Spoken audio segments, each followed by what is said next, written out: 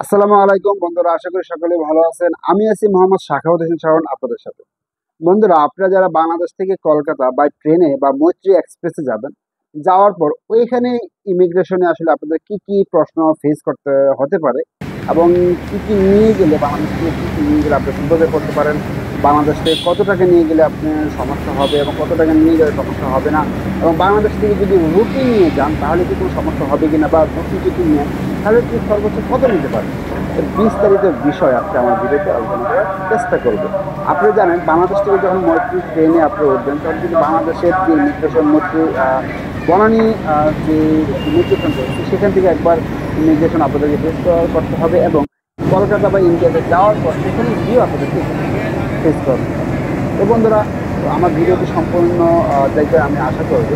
একটি রিকোয়েস্ট থাকবে, আমার ভিডিওটি না টেনে সম্পূর্ণ ভিডিওটি দেখবেন, কেননা ভিডিওর মাঝখানে আমার কোনো ইম্পর্টেন্ট কথা আপনার হয়তো বা মিস করে ফেলতে পারেন যদি আপনার চলে ফেলতে পারেন।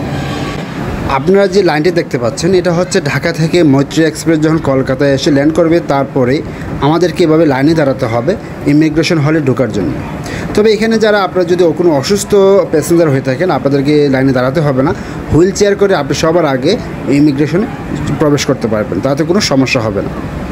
তো ইমিগ্রেশনে প্রবেশ করার পর ওরা আপনাদের কাছ থেকে তেমন কিছু জানতে চাবে না, শুধু জানতে চাবে আপনি কেন আসছেন, কতদিন থাকবেন এবং আপনি কোন হোটেলে স্টে করবেন। তারপর হচ্ছে আপনি যদি সার্ভিস হোল্ডার হয়ে থাকেন আপনার কাছ থেকে এনওসি লেটার মাঝে মাঝে দেখতে চান। এখন প্রশ্ন হচ্ছে আপনি কি ইন্ডিয়ান রুপি নিয়ে আসবেন নাকি কারেন্সি বিডিটি নিয়ে আসবেন।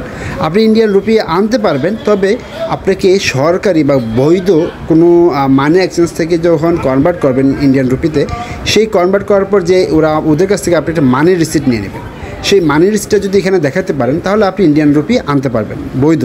কিন্তু যদি মানি রিসিপ্ট যদি দেখাতে না পারেন তাহলে আপনি ইন্ডিয়ান রুপি নিয়ে ভারতে প্রবেশ করতে পারবেন না।